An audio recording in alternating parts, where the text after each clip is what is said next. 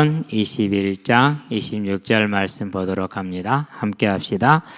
바울이 이 사람들을 데리고 이튿날 그들과 함께 결례를 행하고 성전에 들어가서 각 사람을 위하여 제사 드릴 때까지의 결례 기간이 만기된 것을 신고하니라. 아멘.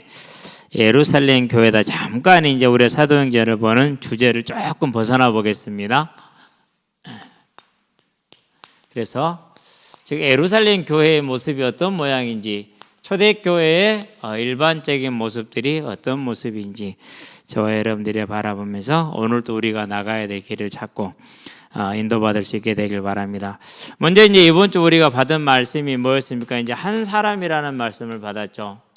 바알 살리사에서 온 한 사람입니다. 뭘 가지고 왔습니까? 첫 소산을 가지고 왔습니다. 원래는 제사장한테 가지고 가야 될 첫 소산이죠. 그런데 이제 제사장에게 가지고 갈 수가 없어서 이제 하나님의 사람에게 찾아온 것이죠. 무엇을 고백한 겁니까? 신명기 보니까 26장 1절에서 11절에 자기의 믿음, 하나님이 행하신 그 일을 믿음으로 첫 소산으로 고백하는 것입니다. 이런 이제 신앙 고백적인 성격이다라는 것이죠. 그러니까 이게 이제 당시 상황으로 보면 참 대단한 믿음입니다. 그러면서 뭘 간절히 소망하는 예물입니까? 함께 즐거워하라 그랬어. 레위인들과 객들과 함께 즐거워하라. 신앙 공동체죠. 그러니까 이스라엘만 잘 먹고 잘 사는 것이 아니고 이스라엘 경내에 와 있는 모든 이방인들, 그가 누구든지 상관없이 그에게 구제의 산물로 쓰여진 것이 첫 소산이에요. 그러니까 경내에 들어와 있는 이방인들은 지나가는 나그네는 누구든지 누구를 막론하고 그 지역에 사는 이들로부터 뭘 받을 권리가 있는 거예요? 공개를 받을 권리가 있는 거예요. 그게 첫 소산이에요. 그러니까 하나님이 허락하시고 주신 것이죠. 아름다운 그런 열매가 되는 것이죠. 그래서 신앙 공동체적인 열매를 갖는 것이다. 자, 그러면은 이 레위기 신명기 26장 1절 11절은 무슨 신앙을 고백하겠습니까? 다른 신앙을 말하는 것이 아니라, 자, 우리가 종되었을 때 하나님께서 우리를 거니셨다. 하나님의 하나님 되심을 고백하게 한 겁니다. 저와 여러분의 삶에 가장 중요한 게 뭡니까? 하나님이 되게 하는 겁니다. 우리의 삶의 과거에는 이런저런 문제가 많고 현재도 많고 미래에도 많을 것입니다. 그 문제 때문에 어떻게 됐다라고 말하는 것은 좀 그래요. 아니, 많이 그래요. 문제는 뭐가 문제입니까? 언제든지 간에 창세기에서 보니까 3장 1절에서 6절에 뭐가 문제였어요? 하나님의 말씀은 분명히 안 된다, 반드시 죽는다 했어요. 그런데 스스로 하나님이 되기를 원했어요. 하나님을 하나님으로 고백하지 못한 거예요. 그러면 문제가 생기죠. 그렇죠. 그러면은 동일합니다. 그렇게 문제가 생기고 나서 아담이 뭐라고 말합니까? 하나님 때문이라고 얘기를 하잖아요. 하나님이 내게 주신 저 여자 때문에. 여자 때문에 말합니다. 너는 왜 먹었니? 뱀이 꼬셔서 먹게 했어요. 아무도 무슨 얘기를 하지를 않아요. 내가 하나님을 하나님으로 섬기는 하나님의 말씀에 뭐 하는 거요? 청종하는 것. 그걸 잊어버렸다는 것이죠. 그러니까 뭐가 중요한 겁니까? 신명기 사무엘상 15장에서도 분명히 말합니다. 23절인가 20절인가요? 3절인가요? 자, 순종이 뭐보다 낫더라? 제사보다 낫다라고 얘기를 했어요. 그러니까 하나님은 말씀에 순종하는 것, 하나님을 하나님으로 뭐 하는 거요? 경외하는 거죠. 그러니까 이게 가장 중요한 저와 여러분의 삶의 본질입니다. 이 경외의 문제를 잃어버린 겁니다. 그게 문제입니다. 그 경외하는 삶을 잃어버리니까 어떻게 됩니까? 이제 도둑질 당합니다. 죽임을 당합니다. 멸망을 당합니다. 그래서 사람이 원수가 되고 사건이 원수가 되고 사회가 원수가 되고 자연재해가 원수가 되고 사고가 원수가 되는 겁니다. 우리는 이 원인을 절대 사람에게 돌리지 마시기 바랍니다. 누구 탓도 하지 말고 내 탓도 하지 마. 물론 내 탓이에요. 가장 큰 탓은 뭐라고? 그런데 바르게 탓을 해야 돼요. 내가 무능해서, 내가 가난해서, 내가 실수해서가 아니라 내가 하나님을 경외하지 못해서. 그때 뭐가 나옵니까? 그때 바른 회개가 나옵니다. 이 바른 회개는 뭘 뜻합니까? 이 바른 회개는 사단의 멸망을 뜻합니다. 소멸을 뜻합니다. 우리에게 있어서.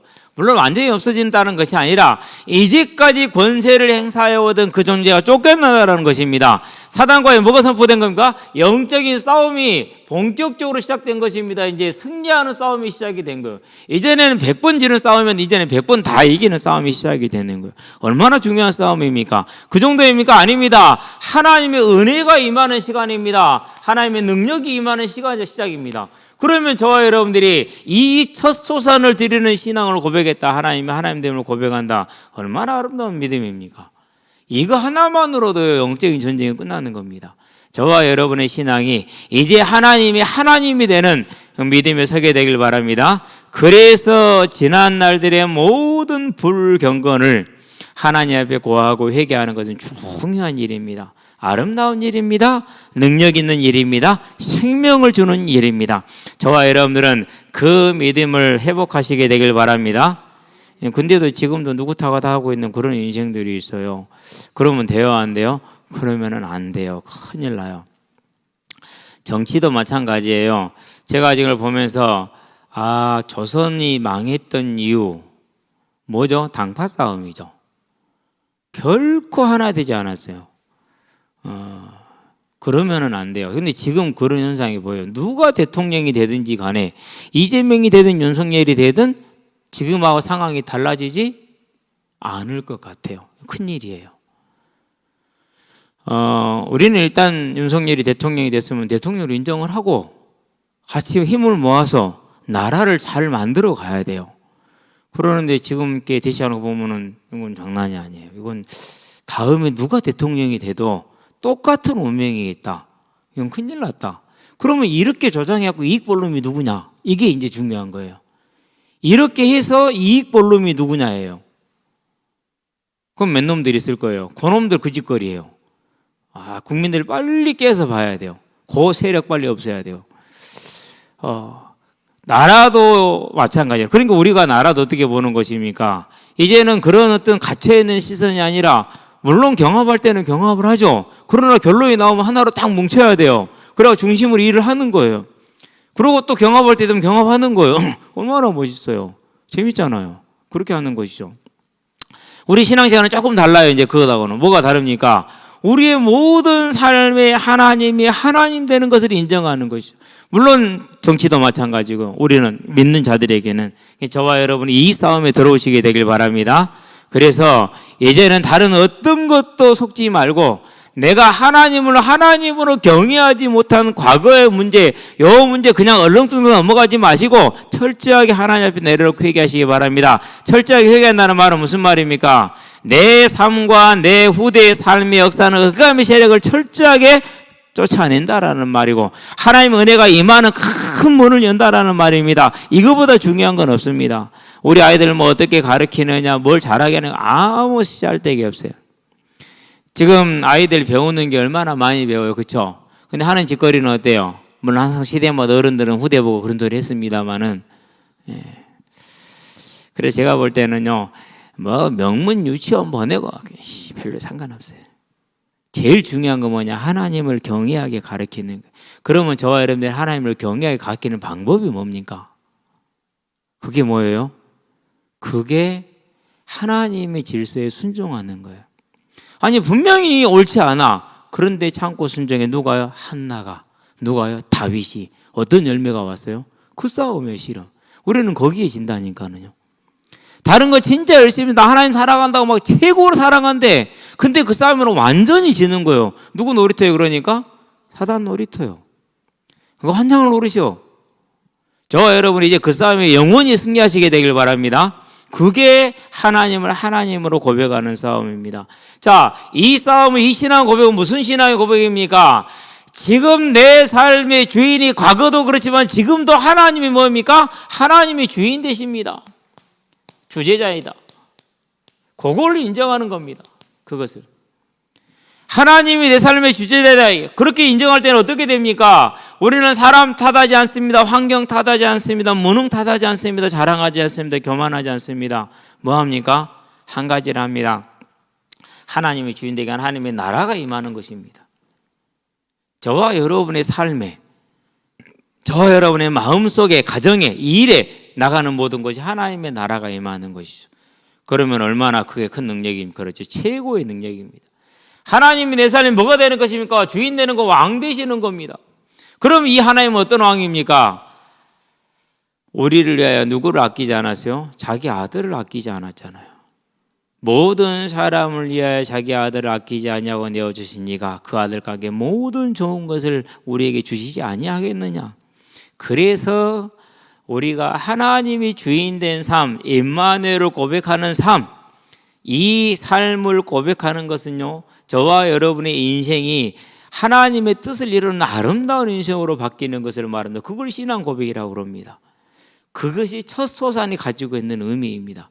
그러니 이 사람이 첫 소산을 마음에 담고 준비하면서 물을 주고 식물을 가꾸고 그 하는 작업 하나하나를, 그 땡볕에 사는 그 작업 하나는 하나님은 얼마나 귀하게 받겠어요. 그걸 가져와서 그 예물을 받았을까요? 아니요. 그 사람이 하는 모든 삶의 그 예배가 하나님께는 기쁘고 즐거운 것으로 받아들여졌다라는 것이죠. 자, 그러면서 뭐 하는 겁니까? 모든 사람들이 뭐 합니까? 어떻게 하면 잘 먹고 잘 살 것인가, 성공할 것인가를 고민합니다. 심지어는 교회까지도 그럽니다. 그런데요, 이 소산을 드리는 믿음은 뭘 말합니까? 나를 통해서 이루실 하나님의 나라, 하나님의 뜻을 구하는 겁니다. 그걸 신앙 고백이라고 그럽니다. 내 삶을 통해서 이루어질 하나님의 나라. 그걸 뭐라고 그럽니까? 그걸 소명이다 이렇게 말합니다. 오늘 우리가 이제 바울의 예루살렘 교회 갑니다. 뭐 때문에 가는 거예요? 이것 때문에 지금 가는 거예요. 가면은 분명히 하나님이 말씀하고 계세요. 환난과 결박과 환난이 기다리고 있다라고 분명히 성령께서 알게 하셨어요. 많은 사람에게 알게 했어요. 그러니까 바울에게도 알게 했어요. 바울은 가겠다. 다른 사람들은 환난이 있으니까 가지 마라. 성령이 가지 말라는 것이 아니고 똑같이 다 알았어요. 근데 모든 사람들은 환난이 기다리니까 가지 마라 그럽니다. 그럼 바울은 가겠다고 그럽니다. 계속 말립니다. 나 생명 걸었다. 이제 그만해라. 그제서야 멈춥니다. 저와 여러분들이 뭘 보는 겁니까? 하나님의 뜻을 따르는데 이걸 소명, 이걸 누르라 그러니까 생명을 드린 게 이걸 누림이라고 그럽니다. 진짜 누림이에요. 왜 안 매였잖아요. 두려움에 잡혔어요? 포기했어요. 힘들다고 포기했어요. 어렵다고요? 포기했어요. 그건 누림이 아니에요. 제한받는 거예요. 제한받는 거. 내 뜻은 하나님의 나라를 이루는 것이다. 그런데 그걸 이루려고 가다 보니까 죽음이 기다리고 있어. 그래도 내 뜻을 이루는 게 누림이에요. 그러다 포기하는 게 누림이에요. 그래도 죽음이 기다려도 뜻을 이루는 게 자기가 원하는 걸 한 거예요. 그걸 누림이라고 그러죠. 그래요, 안 그래요? 그 누림을 완전히 거꾸로 알았다니. 그걸 뭐라 방임을 포장해서 누림으로. 그건 아닌 거예요. 그러니까. 그래서 복음을 만나고 나서 지금까지 새벽을 깨우는 이유가 거기에 있어요. 누가 이러니까 뭐 새벽 기도를 강조하는데, 나는 강조하랍니다.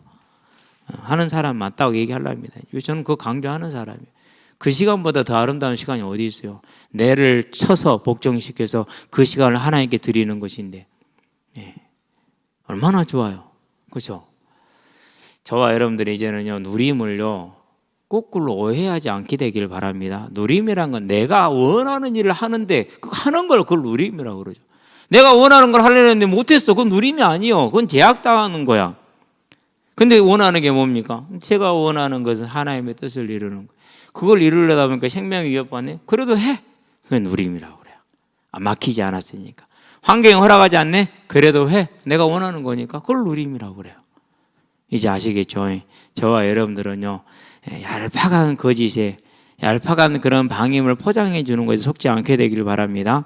그래서 청년 때부터 꾸준히 한 말이 그거예요. 당신이 회복되고 치유돼서 뭔 일 한다고 거짓말하지 마라. 죽을 때까지 그 모양이다. 내가 바뀌냐? 안 바뀐다. 사람 안 바뀌더라. 뜻은 바뀝니다. 목표도 바뀌고 그런 건 바뀌지만 사람은 안 바뀌더라니까요. 그러면은 이 모습 이대로 나는 하나님의 나라에 향해서 가겠다. 근데 많은 사람 청년들이 그래요. 우리는 치유받고 가겠대. 뭔 치유를 받는다고? 기준이 어디 있어? 네. 기준이 뭔데? 아무도 안 나왔어요. 지금도 그저께 그 자리에 있을 거예요. 앞으로도 그럴 것이고 죽을 때까지 그럴 것이고 바뀌지 않습니다. 저와 여러분요, 하나님의 뜻을 따른다라는 거, 그것을 위해서는 어떤 어려움과 핍박과 환난이 오더라도 간다라는 거, 그걸 누림이라고 표현하는 거. 이제는 누리는 인생이 되기를 바랍니다. 그게 저와 여러분의 인생이 돼야 돼요. 그렇게 가려다 보니까 어려움이 많네요. 여기서 치이고 저기서 치이고. 어떤 학생이 그래요. 부산에서 작은 아빠가 목회를 하신대요. 물어봐갖고 이 교회가 괜찮은 교회면 다니고 안 괜찮은 교회면 안 다닌대요. 그래서 이랬어요. 물어봐라. 엄마가 불신자 엄마가 물어본대. 그러더니 나왔대. 그분이 어떤 분인지는 모르겠는데, 야, 부산 작은 아버지 교회나 한번 알아봐 주라. 내가 한번 알아볼란다.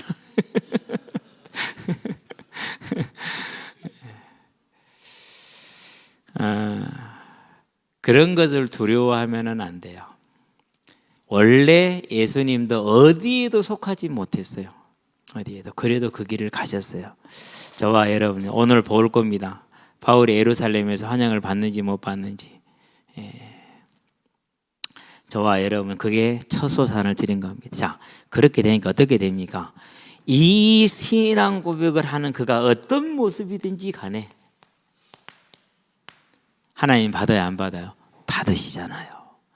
보리떡 20개면은요, 우리로 말하면 쌀 한 5컵 정도 양을 가지고 만들어냅니다. 근데 떡이니까 좀 더 들어가겠죠? 그렇죠? 예.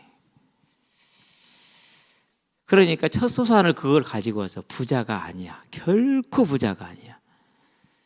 그러고 옥수수 한 자루. 예. 저도 옥수수 농사를 지어봤습니다. 한 자루는 채우는 건 그렇게 쉬운 일은 아니지만 그렇게 어려운 일도 실은 아니에요. 그래서 여러분이 한두 개씩, 뭐 2-3개씩 먹는 그 옥수수가 이제 따는 저한테는 대단히 아주 즐거운 일이에요. 근데 그거 따르면서요, 보면 참 신기해요. 한 대에 많으면 2개, 3개. 진짜 많으면 3개. 그러고 잘하면 2개. 보통이면 하나. 보통이 안 되면 하나도 안 돼. 뭐 요만한 것들, 이런 것들 있잖아요. 땅이 워낙 박하니까. 얼마나 즐거운 마음으로 가지고 갔겠어요. 하나님이 그 작은 예물을 받으시는 겁니다. 남게 했습니다. 7년 기근이 든 상태입니다. 시작됐어요. 근데 이 한 사람이 보여준 그 믿음의 섬김이 분명히 하나님을 섬기는 자들에게는 그 7년 기근을 무난히 넘어가게 하는 그런 예시를 보여준 것이라는 건 분명한 겁니다. 그래서 우리의 삶은 뭐가 있는 겁니까? 아무리 우리가 연약하더라도, 저와 24절이지 42절이 아니라, 여러분이 하나님의 나라에서 나를 드리기로 결단을 내리고 나갔다, 하나님이 저와 여러분의 삶을 통해서 100배의 열매를 맺으실 줄 믿으시게 되길 바랍니다. 조용히 가세요. 조용히. 정말 믿음으로 조용히 가시기 바랍니다. 그래서 여러분에게 이제 음악, 우리 찬송가 소개해 주는 거 있잖아요. 이제 지면이 넓지 않아서 짧게 써놓습니다만은요, 할 때마다 참 이렇게 은혜 받을 때가 정말로 많아요. 3주 전에는 그 찬양이 무슨 찬양이 기억이 안 나는데, 그분은 찬양 사역을 평생 하셨어요. 근데 12살에 뭐가 됐느냐? 가장이 됐어요. 12살인가 13살에? 12살인가 13살에 가장이 됐는데, 아버지 유언이 그거에 하나님 잘 섬겨라. 그게 아버지 유언이었단 말이에요. 참 그 13살짜리 아들을 가장으로 남겨놓고 죽으면서 하는 아버지 유언 치고는 가슴 아프죠. 그래서 본인이 이제 찬양 사역자가 됐고, 이제 막노동을 하다가 찬양 사역자가 됐어요. 그러고 결혼했는데 네 아이가 한 명씩 다 죽는 거예요. 네 아이가. 그게 얼마나 고통스러워요. 그렇죠? 우리가 자녀 하나 죽는 것도 쉬운 일이 아니잖아요. 내 아이가 하나씩 다 죽어나가요. 그 상황 속에서 하나님을 향한 믿음의 소명과 충성을 고백하는 그 시를 작사를 했다라는 게 참, 그러면 이제 그분이 하나님 나라에 어떤 모습으로 들어갔겠느냐. 저와 여러분의 삶은요, 어떠한 모습이든지 간에 하나님의 은혜를 하나님이 받으심을 기억하고, 이제 우리의 삶에 하나님을 고백하는 그 고백이 있게 하시게 되길 바랍니다. 그러니까 어떻게 됩니까? 그의 삶을 반드시 뭡니까? 이제 두 번째인가요? 자족할 수 있게 되죠. 그렇죠? 디모데전서 6장 8절, 오늘 먹을 것과 입을 것이 있은즉 족한 줄로 알라 그랬어요. 물론 디모데는 목회자이기 때문에 그랬어요. 그래서 목회자들은 이래야 돼요. 오늘 먹고 마실 게 있으면 족한 줄 아는 게, 그게 목회자예요. 그게 성직자예요. 여러분은 조금 다를 수 있겠죠. 그렇죠? 그러나 상관없어요. 여러분도 그랬으면 좋겠어요. 자, 그런 다음에 그 자족하는 삶이 반드시 뭐로 이어집니까? 그 자족하는 삶의 섬김이 넘침으로 이어집니다. 언제나 풍성한 넘침이 있죠. 어떻게 넘칩니까? 마가복음에서 10장 30절에 100배라고 그랬습니다. 저와 여러분의 삶에는 이 넘침이 항상 있게 하시게 되길 바랍니다. 그거예요. 그래서 언제나 믿음의 성김 가운데 들어가는. 오늘 이제 우리 학교 창간학 수업이 있다 해서 갔어요. 저는 선생님들, 부모들이 다 올 줄 알았어. 갔더니 나 혼자야. 우리 연습반에 4명이지만 나 혼자야. 원래 1시간만 있다 오려고 그랬고 오늘 수요일이잖아요. 할 일이 많으니까 올 수가 있어야지. 그래서 3시간을 꼬박 앉아 있었네. 선생님 이 2시간 끝나고 아버님 가시겠습니까? 원래 1시간만 한다고 그랬으니까 아니요 못 가겠네요. 그래서 이제 음악 속까지 다 듣고 물어봐요. 식사는 안 한다고 그랬거든요. 1시간 몇 하고 올 거니까 식사도 해야겠네요. 밥까지 다 먹고. 그냥 밥 먹고 나왔는데 생각을 해보니까 선생님들 참 힘드시겠다. 일반 학생들을 가르치면 성장하는 모습이 있잖아요. 얘들은 더디잖아요. 그렇죠? 그런데다 부모님들이 관심이 이래. 얼마나 힘들겠어요. 그렇죠? 그래서 이제 거기 이제 자체적으로 있는 그 카페에 갔어요. 법인이 안 됐으니까 카드가 안 돼. 나 몰랐어. 카드밖에 없는데요. 우리 카드 안 되는데 계좌에 채해달래요. 패턴을 잊었어. 어떻게 하는지 패턴을 기억을 해야지. 분명히 오른쪽에서 시작해서 중앙에서 끝났네. 그래서 난 이렇게 했지. 근데 해보니까 아니야. 집에 다시 해봤어. 이걸 거라 생각했더니 그게 아니었어. 이제 패턴 오늘 방금 찾았어요. 생각해보고 나서. 그랬는데 스무디 3잔을 시켰거든요. 선생님 셋이라고. 그러고 집에서 가만히 생각해보니까 너무했지 않냐. 최소한 우리 사모가 그래. 교장선생님과 교장선생님 갖다 드리지 그랬니. 그런가. 그래가지고 다음에 갈 때는 아예 이제 음료수를 박스로 들고 가야겠다. 이제 그 생각이 들더라고요. 그러면서 수업 끝나고 선생님 많이 힘드시겠다고. 그래도 재미있대요. 타악기 가지고 난타를 하는데 쿵짝 쿵 땅땅땅 이렇게 이제 세게 하는데 우리 여사 아무 데나 부르게. 참. 근데 엄마 아빠 와 있으니까 또 얼마나 또 챙겨주려고 애를 씁니까? 보니까 완스럽고 미안하기도 하고. 세 번째, 자, 이 삶을 사니까 뭐 할 수밖에 없어요? 당연히 이 삶은 더 좋은 부활로 뭐 하죠? 이제 연관이 되겠죠. 갈 수밖에 없는 겁니다. 이런 삶을 뭐라고 그러니까 복 받았다. 저와 여러분들이 이 복 받은 삶에 와 있음을 알고 이 복을 빼앗기지 말고 경작해 나가시게 되길 바랍니다. 얼마나 복 받은 삶입니까? 참 멋있죠. 그렇죠? 자, 그럼 이제 오늘 이제 본론으로 들어가 봅니다. 이게 이번 주 말씀을 정리를 한번 해본 거고요. 자, 두 번째, 예루살렘 교회입니다. 앞에 이제 바울의 여행 과정은 제가 이제 자세히 소개하지는 않겠습니다. 자, 그런데 왜 갔습니까? 간 것은 사명 때문에 간 겁니다.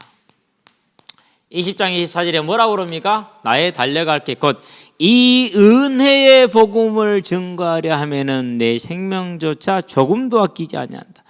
21장에서 뭐라고 말합니까? 내가 내 생명을 바치기로 이미 결단하였는데 왜 나로 하여금 마음이 상하게 하느냐. 그만해라 하고 말하죠.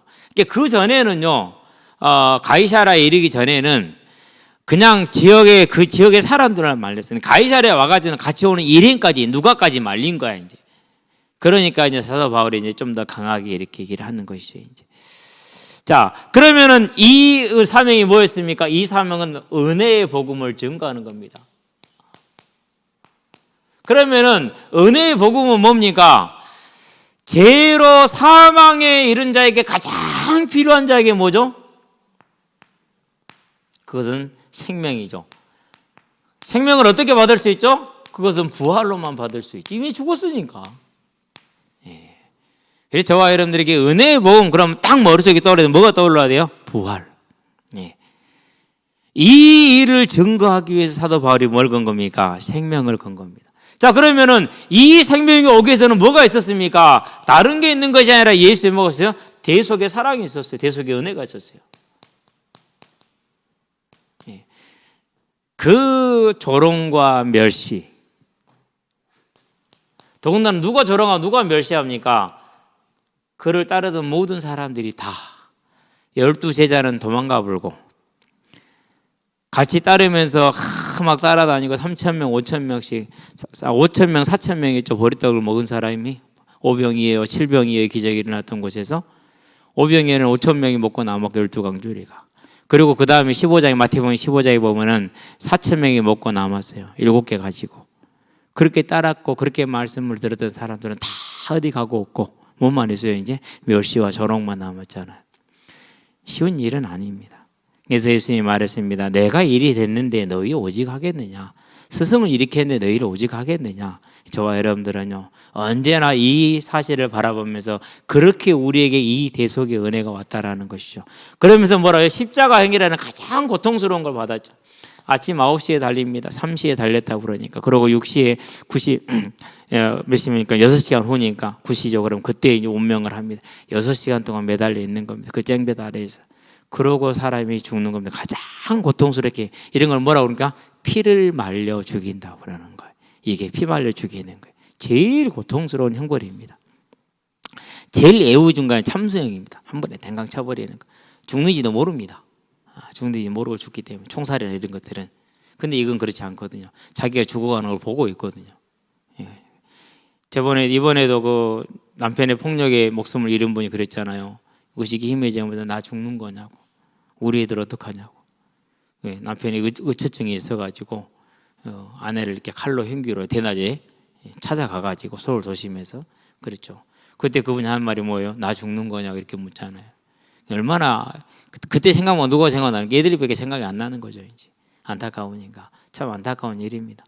근데 어쨌든 간에 예수님은요, 저와 여러분을 위해서 알고 죽는 줄 알고 태어나셨고 그리고 그 길을 가셨다라는 사실입니다. 그게 대속의 은혜입니다. 이 대속의 은혜로 뭐가 왔습니까? 저와 여러분을 위한 속죄를 이루신 겁니다. 대신해서 이랬기 때문에 이걸 대속이라고 말합니다. 무슨 우리가 자격이나 조건을 뭘 지불해서가 아니라 그냥 은혜로 주신 겁니다. 자격이 안 되는데 조건도 없는데 없이 주신 것이죠. 그래서 저와 여러분들은 이 사랑을 절대 잊어버리지 마시게 되길 바랍니다. 저도 잊어버릴 때가 있는 것 같아요. 그러면 괜히요 막 이렇게 사람의 생각을 할 수 있어요. 그러나 우리는 이 주님이 우리를 위해서 이렇게 할 때 언제 했다고요? 우리가 아직 뭐일 때요? 5장 8절 죄인 되었을 때, 즉 예수님을 모르고 멸시하고 우리가 이러고 있을 때 우리를 위해서 죽으신 겁니다. 저와 여러분들이 그 주님의 사랑을 절대 잊어버리지 마시게 되길 바랍니다. 그러면서 우리는 뭘 붙들어야 됩니까? 그 주님께서 우리에게 주신 뭘 주셨다는 겁니까? 소망입니다. 그래서 히브리서 11장 1절 믿음은 바라는 것들의 실상에 보지 못하는 것들이 증거라고 그랬습니다. 바라는 것, 우리가 부활을 기다리고 있습니다. 어떻게 기다립니까? 로마서입니다. 8장입니다. 23절입니다. 그러므로 보이지 않는 것을 바라면 참음으로 기다릴지니라. 저와 여러분들이 바라는 게 이것이죠. 로마서 1장 8장 18절부터 23절까지 뭘 말합니까? 현재의 고난은 장차 나타날 우리의 영광과 비교할 수 없도다 그러면서 피조물들도 그 고난 가운데 허무한 가운데 굴복하는 중에 하나님의 아들들이 나타나는 기다려서 하나님의 아들들이 영광에 참여하기를 간절히 소망한다. 그러면 우리는 뭐냐? 우리도 이와 같이 뭘 기다리고 있다? 그 부활을 기다리고 있다라고 하는 것입니다. 저와 여러분의 믿음, 이제는 소단이 와서 여러분한테 말할 때 예수 믿고 댕기면 어디 있냐? 라고 말할 때 절대 속지 말고 뭘 내놓기 바랍니까? 나는 부활의 소망을 갖고 부활을 기다리고 있다. 나는 부활을 얻었다. 이걸 내놔야 돼. 근데 사단이 말할 때 돈 번 문제, 뭐 치유됨 그런 거 내놓으면 좀 속는다니까요. 근데 지금도 사단은 그렇게 해요. 아담한테도 그렇게 다가갔어요. 지금도 그렇게 다가와요. 그래서 초대교회 사도행전에서 계속 한 가지 주제만 말해요. 뭐만 말해요? 이것만 말하는 이유가 거기 있어요. 이것만. 왜요? 그런 것은 주제가 아니라는 겁니다. 사도 바울도 몸이 어땠어요? 예, 평생 동안 안지를 가지고 안질인지 모르는지 간질인지는 모르지만은 칼빈 같은 경우는 종합병원 27가지 질병을 가지고 살았어요. 그러고 이제 과부와 결혼을 했는데 그 과부가 또 9년 만에 죽네. 그것도 그냥 죽는 게 아니라 질병으로 죽네. 얼마나 힘들었겠어요. 그렇죠. 본인 몸은 27가지 질병에 시달리고 아이를 둘인가 셋인가 낳았는데 다 죽었어요. 그럼 우리는 뭐라고 표현해야 될까요? 칼빈이 복음을 몰라서? 그건 아니죠. 진짜로 아닌 거예요. 그러니까 뭔가 전제 자체를 틀리게 누군가가 설정을 해서 뭐 하기 위해서요? 목적은 하나밖에 없겠죠. 죄송합니다. 어쨌든지 간에 그렇습니다. 그런데도 칼빈이 일생 동안 단 한 번이라도 흔들렸느냐? 성도의 견인. 그걸 말하면서 성경은 그렇게 말하고 있다. 내일 모레 저녁에 다시 얘기를 하겠지만 오늘 8장에 그걸 지금 얘기를 하는 겁니다. 저와 여러분들은요, 바울이 예루살렘 교회를 향해서 가는 이유는 은혜의 복음을 증언하기 위해서 생명을 바치고 갑니다. 그러면 왜 예루살렘 교회에 바울이 이렇게까지 생명을 걸고 가야 됩니까? 자, 두 번째, 그 이유를 한번 보도록 합시다. 본문으로 갑니다. 사도행 21장이죠. 자, 19절. 바울이 문안하고 하나님이 자기의 사역으로 말미암아 이방 가운데 사신 일을 낱낱이 말하니 그들이 듣고 하나님께 영광을 돌렸습니다. 그들이 누구냐? 18절이 나왔습니다. 그 이튿날 바울이 우리와 함께 야고보에게로 들어가니 장로들도 다 있더라. 여기서 장로들이 전부 다 모인 건 아니고 일부일 것이다 라는 것이 학자들의 전반적인 견해입니다. 뭐 다 알 수는 없으니까요. 자, 그렇게 듣고 하나님께 영광을 돌리면서 염려하는 게 나와요. 볼까요? 그래도 보는 바에 유대인 중에 믿는 자 수만 명이 있다 그랬어요. 그러니까 크리스찬 유대인을 말합니다. 여기서 수만 명이 진짜 수만 명인지 많은 수를 말하는 것인지는 정확하지 않다라고 봅니다. 그래도 어쨌든 간에 아주 많은 수이다라는 것은 확실합니다.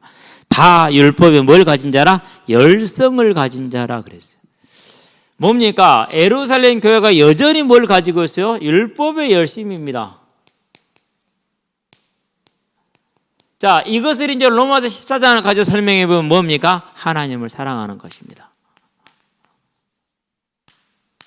하나님을 사랑해서 그 열심히 지키는 거예요. 자, 이 사람들이 율법주의자입니까? 아닙니다. 하나님을 사랑하는 방법이 시대적인 한계가 이거밖에 안 되는 거예요. 그럼 하나님은 그것 때문에 내칩니까? 아닙니다. 받으셨습니다. 그래서 믿는 자, 구원받은 자 중에 율법이 열심히 살았고 율법을 열심히 지킴으로 하나님을 사랑하는 사람들이 20명이라는 겁니다. 그게 지금 예루살렘 교회입니다. 이 교회가 이렇게 율법에 열심히 있는 사람들이 이방인들이 구원받으리라고 믿겠어요? 못 믿겠어요? 한계가 그거예요. 그걸 지금 깨뜨려야 되는 사명이 있는 거예요. 그들에게 그걸 알려줘야 되는 복음의 이유가 사명이 있는 겁니다. 얼마나 교회를 사랑했어요. 그러니까 그러죠. 저것들 복음도 모르고 율법에 매여 있는가 봐 이렇게 한 것이 아니고 가서 뭐 하기를 원한 거예요?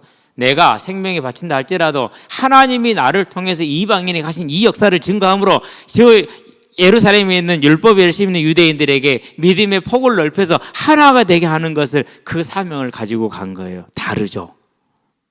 달라요. 저와 여러분들이 이 믿음의 자세를 갖게 되길 바랍니다.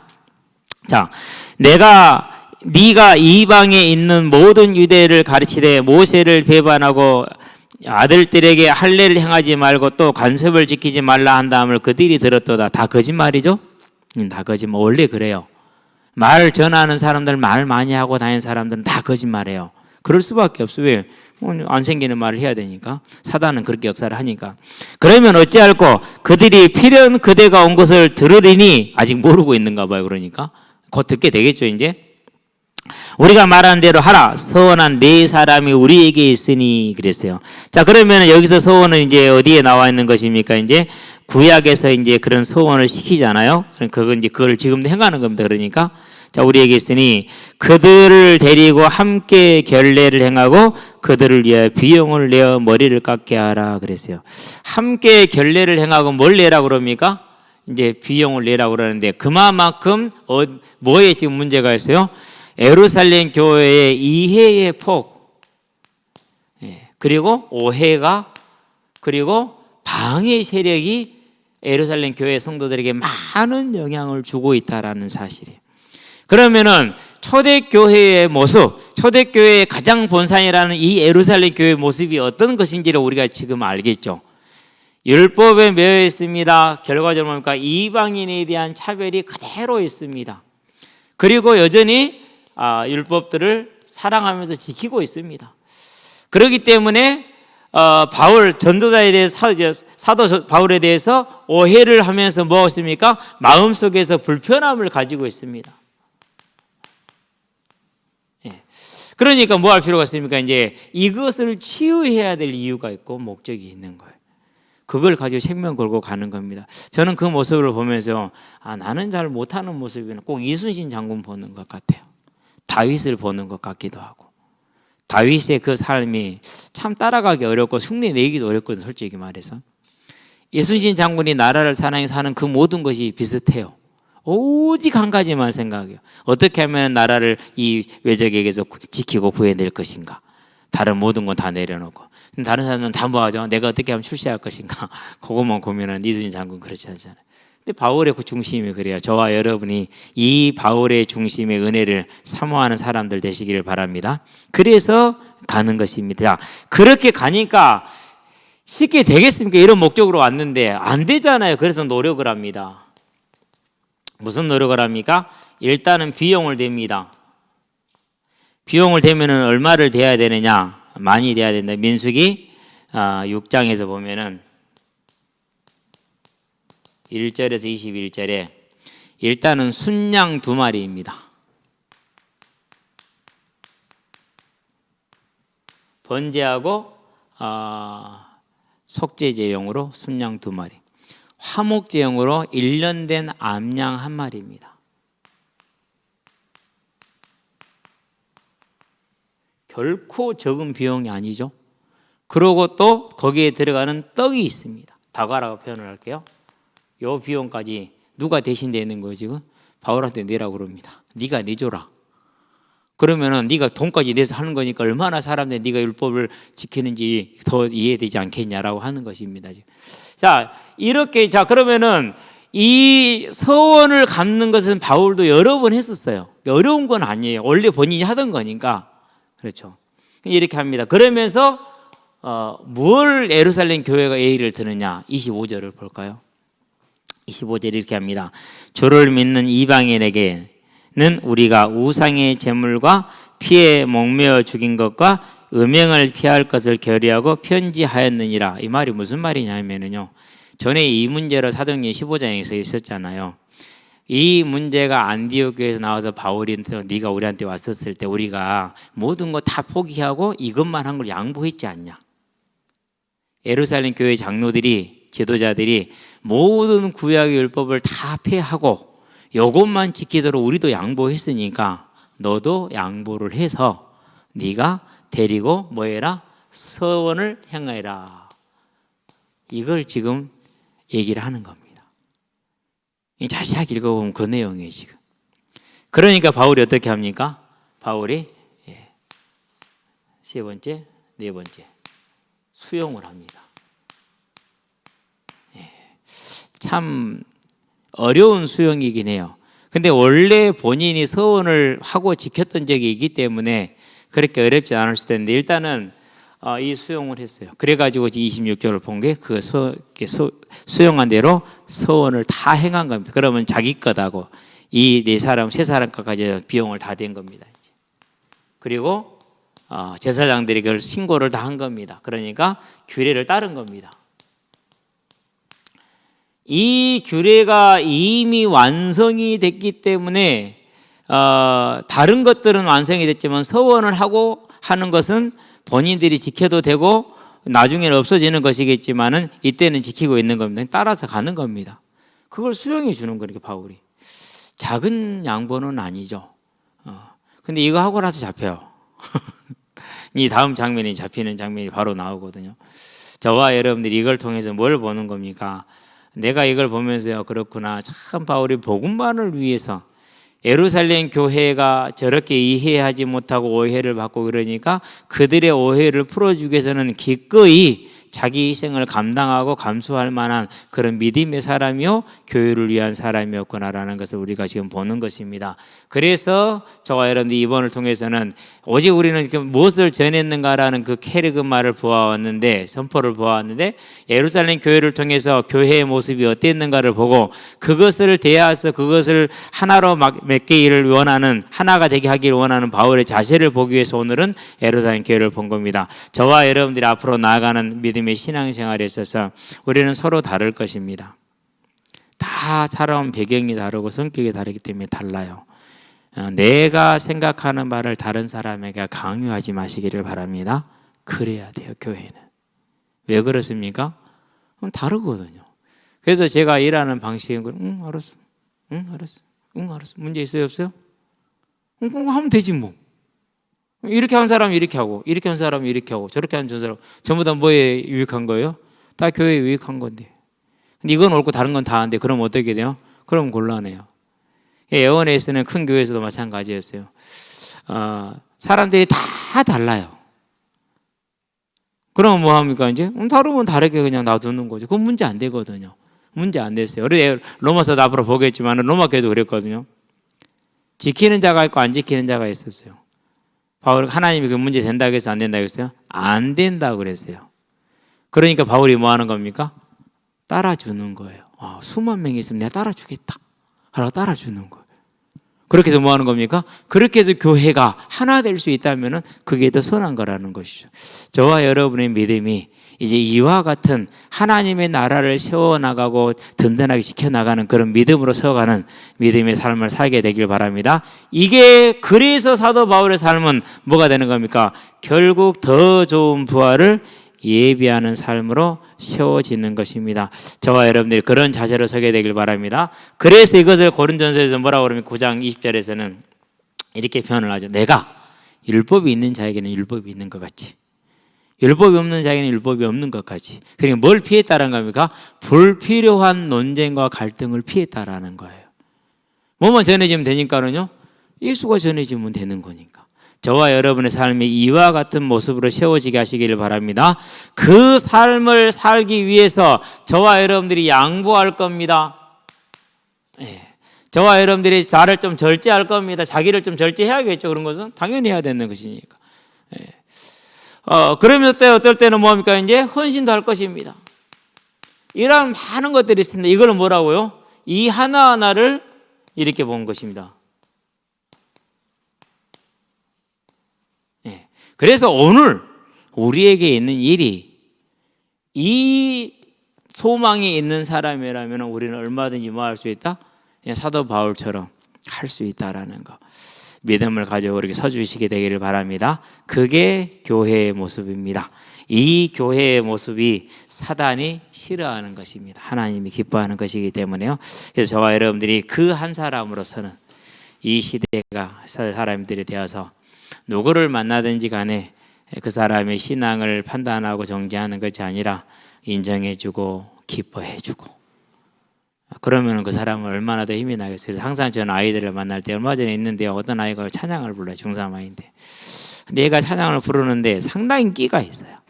가요를 더 잘 부르겠더라고. 찬양을 가요 형식의 그 창법으로 부르는 거예요. 이름이 참 특이해요. 황희. 희야. 어느 교회 다녀? 저 무슨 교회 다녀? 아우야, 훌륭한 목사님인데 좋은 교회를 다니네? 그렇죠? 잘 몰라요. 근데 내가 그 아이에게 훌륭한 목사님과 좋은 교회 그렇게 한번 말해주면 그 아이는 어떻게 되겠어요? 이게 다르다니까. 그러면서 이제 한번 만나서 얘기 한번 하자. 매일 봐요, 얼굴은. 매일 보는데 그 녀석들이 올 때는 우리가 한참 열받아 있을 때거든요. 오늘 또 10대 10인가 11대 11로가 싸웠거든요. 얼마나 열받았겠어. 그것도 나사라 와가지고 미친 듯이 날뛰고 다니는데 우리는 이게 텐션을 확 낮춰놓고 있는데 이놈은 막 미친 황소처럼 날뛰고 다니. 골대 앞에다 시게 때리면은요, 누구든지 맞고 들어가. 우리 편 맞고도 들어가고 자살골. 저기 편 맞고 들어가도 골. 예, 그래서 그렇게 막 열받는 상황이라서 맨날 열받긴 하지만은, 그러면서도 이제 항상 보면서 얘기를 하고, 이제 한 번쯤 얘기를 하고 싶은 상황이었어요. 뭘 얘기하고 싶냐면은요, 살짝 도와주는 거죠. 계속해서 살 수 있도록. 그래서 이런 아이가 찬양을 하면 참 잘하겠다 라는 생각이 들어요. 그래서 운동장에서 그렇게 찬양을 부르는 애는 처음 봤으니까 거의 없거든요. 근데 너무 잘하더라고요. 칭찬해줬어. 그럼 앞으로 더 찬양할 때 신나겠죠. 그렇죠. 저와 여러분들이 도와주고 복돋아주고 치유해주고 싸매주고 그런 아름다운 삶을 살기를 주의 이름으로 축원드립니다. 기도합시다.